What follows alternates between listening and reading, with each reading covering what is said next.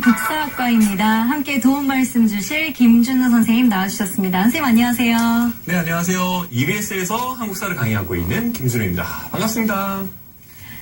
선생님 그 역사라는 그 관련 학과가 굉장히 많더라고요. 뭐 국사학과, 역사학과, 서양사학과, 동양사학과, 사학과. 이게 학과별로 어떤 특색이 있는 건가요? 또 전국에 이런 학과들이 몇 개나 있나요? 네, 좀 구체적으로 설명을 드리자면요. 일단 국사학과잖아요. 우리나라 역사를 공부하는 학과입니다. 네. 그래서 이름이 국사학과지만 다른 대학에서는 한국사학과 네. 이렇게도 부르고요. 국사학과 혹은 한국사학과가 전국에 한 7개 정도 네. 개설이 되어 있습니다. 그리고 좀 더 많이 개설된 건 역사학과 혹은 사학과라고 개설되어 있는데요. 같은 내용이라고 보시면 되겠고요. 우리나라 역사뿐만 아니라 동양사, 서양사, 즉 세계사까지 다 배우는 게 역사학과 이렇게 보시면 되겠고요. 네.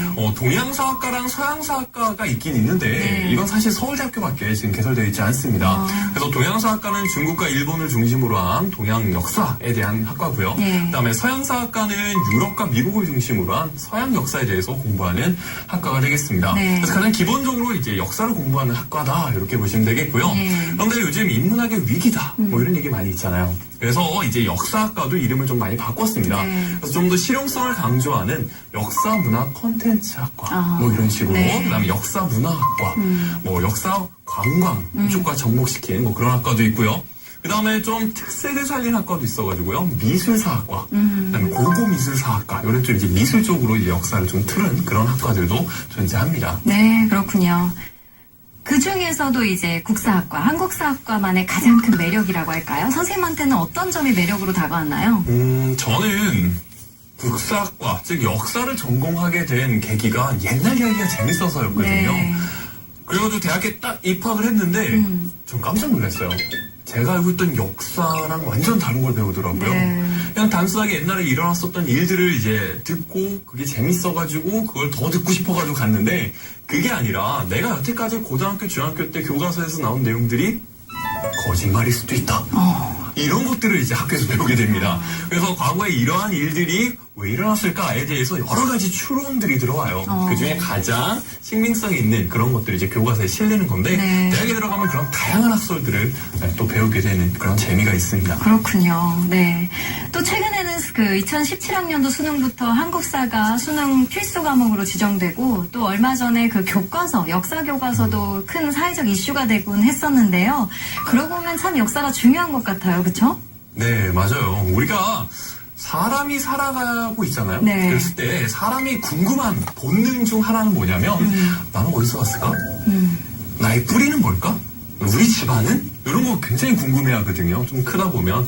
그랬을 때 좀 크게 봤을 때 우리나라는 과연 어떤 나라일까에 대한 궁금증은 우리나라 사람이라면 누구나 다 가질 수밖에 없다고 생각을 합니다. 네. 그렇기 때문에 우리나라 역사에 대해서 바로 아는 것이 굉장히 좀 중요하다고 볼 수 있겠죠. 네, 알겠습니다. 그럼 국사학과 학생들이 어떻게 수업하고 있는지 직접 현장을 가봤습니다. 화면으로 만나보시죠. 서울대 국사학과. 외국인 교수의 한국사 특강 수업이 한창이었는데요. One nice thing talked in previous classes, unusual perhaps among many Westerners living in Korea, and I value Confucian culture highly.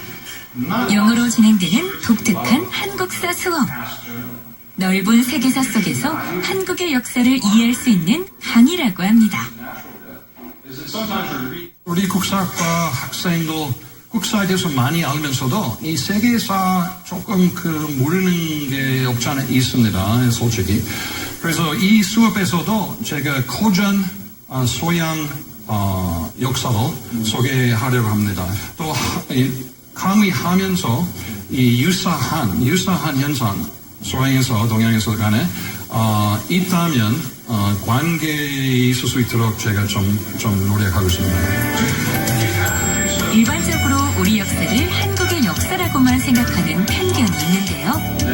국사학과는 세계사 속에서 한국사의 주체성을 찾고 그 과정에서 우리 역사를 재정립하는 것을 지향하고 있습니다. 다른 수업에서는 접하기가 좀 어려운 많은 새로운 관점들을 많이 얘기해 주시는 것 같아요. 가령 지역사에 대한 굉장히 깊은 고찰을 갖고 계시고요. 그리고 영어로 한국사를 배운다라는 것 자체도 큰 하나의 도전이고 해서 Actually, my major is history, and I want to specialize in current history.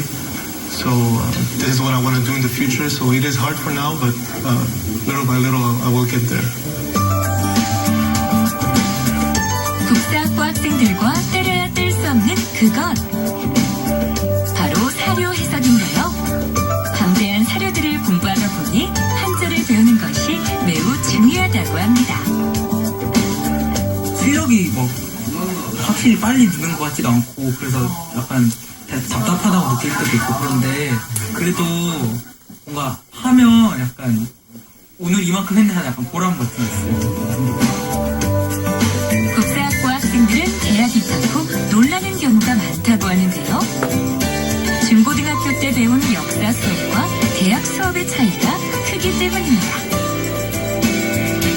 기존의 고등학교의 역사 시간에는 사실관계만을 계속해서 다루는데 이제 그런 것들을 이론적으로 어떻게 해석할 수 있는가에 대한 그 방법론 같은 것 그런 것들을 이제 많이 이제 접하면서 나름대로 거기에 대해서 뭐 한국 사회가 어떻게 만들어졌는가에 대해서 나름대로 설명을 할 수 있게 해주는 그런 힘 같은 거를 만들어줬다는 게 이제 굉장히 큰 수학이었죠.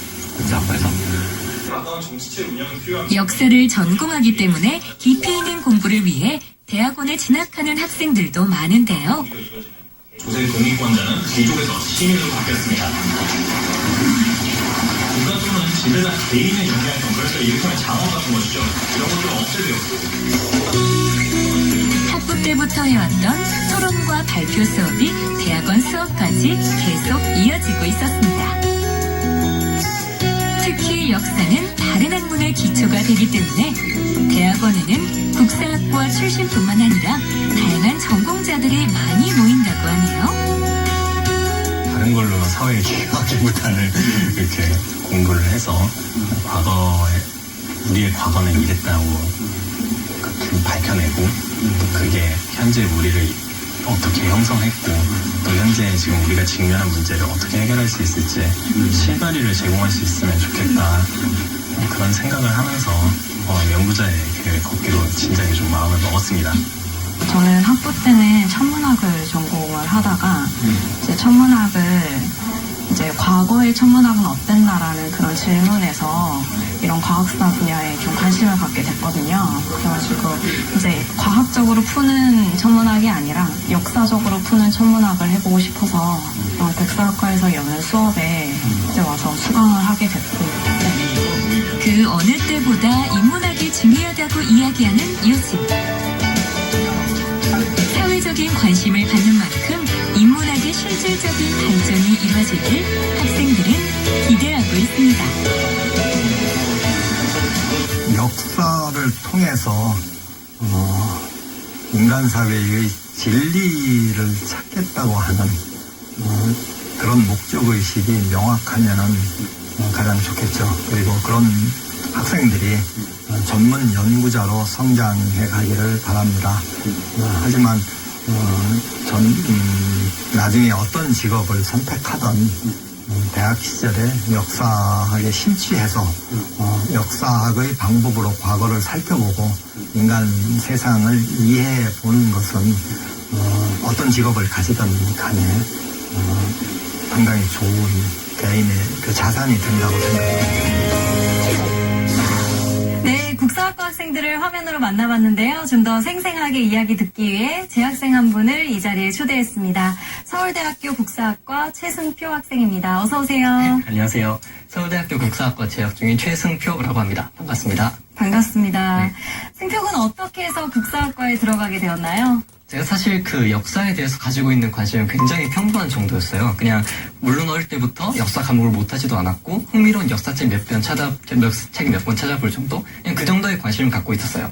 제가 좀 본격적으로 국사학과에 대해서 관심을 가지게 된 것은 이 고등학교 때부터였던 것 같아요. 아무래도 고등학교 때 한국사 과목은 조금 암기 위주인 경우가 많잖아요. 근데 제가 또 암기는 조금 잘하는 편이거든요. 그래서 암기 위주로 공부를 하다 보니까 성적도 괜찮게 나오고 그러다 보니까 역사에 대한 관심도 생기고 자신감도 붙었어요. 네. 그 이후에 이제 생각해 보니까 이러한 역사를 대학교 와서 공부하면 어떻게 배우게 될까 그런 생각도 들었고 제가 알고 있던 역사적 지식보다 더 깊은 그런 역사적 지식을 배워보고 싶기도 했고요. 그래서부터 그러다 보니까 이제 고3 때는 자연스럽게 국사학과로 준비를 하게 되더라고요. 인터넷을 통해서 국사학과를 많이 찾아보려고 했던 것 같아요. 네. 그 교수님이 쓰신 책도 몇 권 읽어봤고요. 네. 근데 아무래도 그 인터넷 같은 경우는 좀 국사 취업이 어떻게 나오나요? 문제니까 검색하면. 아무래도 좀 취업이 문제다. 아, 그러다 보니까 조금 네. 부정적인 인식이 많았던 것 같은데 네. 그럼에도 불구하고 자기 분야에서 되게 연구 열심히 하시고 공부 열심히 하시는 분들 굉장히 많더라고요. 그걸 보고 좀 더 역사학과에 관심이 생겼던 것 같습니다. 그 고등학교 역사는 아무래도 암기 위주죠. 김준 선생님 어떻게 생각하시죠? 그런가요? 네. 물론 수업은 사실 암기를 강조하지는 않지만 아이들이 시험을 볼 때에는 그렇죠. 좀 그런 것들을 알아야 볼 수 있는 문제들이 꽤 많이 나오기는 합니다. 네, 그래서 또 싫어하는 학생들도 많이 있는데요. 이 승표군 그 고등학교 때 배웠던 역사와 대학에 이제 진학해서 배우는 역사가 어떤 점에서 좀 다르던가요? 일단 확실하게 말씀드릴 수 있는 건 고등학교 때 배우는 역사와 대학교 때 배우는 역사가 정말 큰 차이가 있다는 걸 얘기를 해드리고 싶어요. 네. 그래서 아무래도 고등학교 때 시험을 보게 되면 뭐 물론 묻는 방식은 다양하겠지만 결국 묻고 싶은 건 이러한 역사적 지식을 알고 있느냐, 이러한 사건을 알고 있냐 이런 거를 물어보고 있는다면 대학교에서는 그런 것이 바탕이 되어서 논의를 더 확장을 시켜야 되는 것 같아요. 뭐 제가 역사적 주체가 돼서 역사는 질문을 던지다든지 아니면 어떤 역사적 일어난 사건의 인과관계에 대해서 그 인과관계를 제가 논증을 해야 된다든지 그런 식으로 제가 많이 포함돼야 된다는 것 같아요. 네. 물론 역사 과목에서 이 암기는 굉장히 필요한 항목이잖아요. 그래서 대학교에서도 암기를 많이 하기는 합니다. 하고 또 제가 모르는 역사적 지식도 많기 때문에 암기가 필요하기도 하고요. 하지만 일단 확실한 건 객관적인 사건 내에서 제 자신의 의견이 개입되느냐 마느냐 그것이 고등학교와 대학교를 배우는 역사의 가장 큰 차이점인 것 같습니다. 네. 그 우리가 잘 기억은 안 나실지 모르겠지만 학교에서 역사를 처음 배울 때 교과서 앞에 뭐라고 써있냐면 역사란 무엇인가에 네. 대한 이야기가 나와요. 근데 저는 항상 학생들과 수업을 할 때 그걸 강조해서 얘기를 하는데 역사는 과거의 사실이 아니라 과거의 사실이 아니라 굉장히 과거에 있었던 중요한 일들을 역사가 생각했을 때 중요한 일들을 기록해 놓은 것이다 라는 거기 때문에 그거를 이제 추리해서 들어가는 게 반드시 역사가 중요한 항목 중 하나예요. 네. 그래서 좀 쉽게 얘기를 하자면 여러분 교과서에서는 동학농민운동 배우거든요.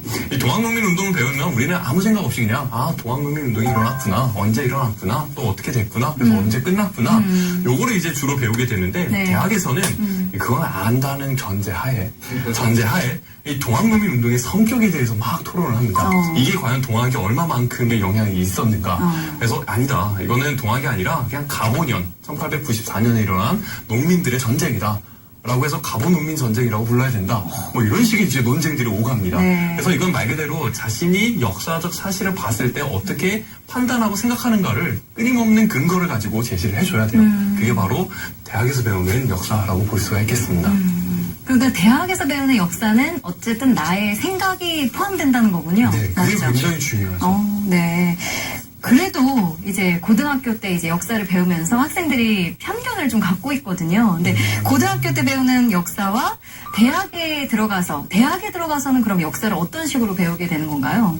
그러니까 저 같은 경우에는 고등학교 때 이제 우리나라 조선사를 배우게 되면 예를 들어서 조선 성종 때 경국대전 완성 이게 이제 시험에 나와요. 예. 그래서 중요한 내용입니다. 그래서 완성됐다. 이게 중요한 사실인데 대학에서는 저는 그 조선시대 때 제조사 배우면서 한 학기 내내 이 경국대전에 대해서 배웠습니다. 네, 그래서 이 경국대전에 무슨 내용이 써 있는가. 네. 그래가지고는 각각의 항목별로 이제 진짜 한자로 되어 있는 원문 보아가면서 그게 어떤 의미고 그렇기 때문에 조선에서 이런 일들이 있었다라고 정말 디테일하게 들어가거든요. 네, 이게 참 재미없을 거라고 보이긴 하겠지만 이게 사실 정말 교과서에서 나온 얘기 그게 어디서 근거에서 나오는지 또 그걸 통해서 우리가 어떤 것들을 더 추론할 수 있는지 이것들 들어가면요 굉장히 좀 재밌습니다. 네. 네. 정말 재밌나요? 네. 진짜 재밌네요. 재밌습니다. 승표군이 더 홍보해 주셔야 될 것 같아요. 이 국사학과에는 어떤 수업들이 있고 또 어떤 것들을 중점으로 배우는지 소개해 주시죠. 보통 이제 시대사를 기준으로 나뉘거든요. 예를 들어서 조선사라든지 뭐 조선 고대사, 한국 근대사, 뭐 한국 고대사, 중세사 이런 식으로 나누는 경우가 많아요.